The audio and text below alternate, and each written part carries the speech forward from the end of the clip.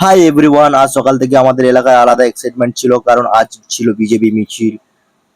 আমিও দেরি না করে এখানেই চলে এসেছি। এখানে পৌঁছে গিয়ে দেখি অলরেডি অনেক মানুষ চলে এসেছে। পুরো জায়গাটা একদম সেলিব্রেশন মোডে চলছে। সবাই আজকে বিজেপি ফ্ল্যাগ নিয়ে ঘুরছিল, স্লোগান দিচ্ছিল আর ফুল এনার্জিতে মজা করছিল। আমাদের যশস্বী মুখ্যমন্ত্রী। তার মধ্যেই দেখি খাওয়া দাওয়ারও বড় ব্যবস্থা ছিল, রান্না হচ্ছিল, লোকজন সবাই মিলে কাজ করছিল, একদম গ্রামের ফেস্টিভের মতো এনভায়রনমেন্ট ছিল।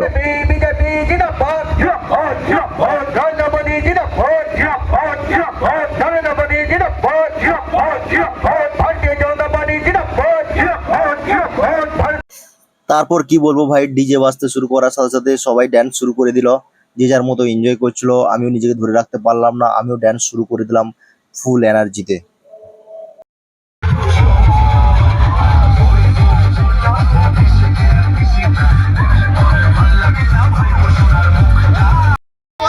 খুব ভালো হচ্ছে। হ্যাঁ, আপনাদের কি বক্তব্য আছে? আমরা বহু সংখ্যক সিট নিয়ে জিতেছি।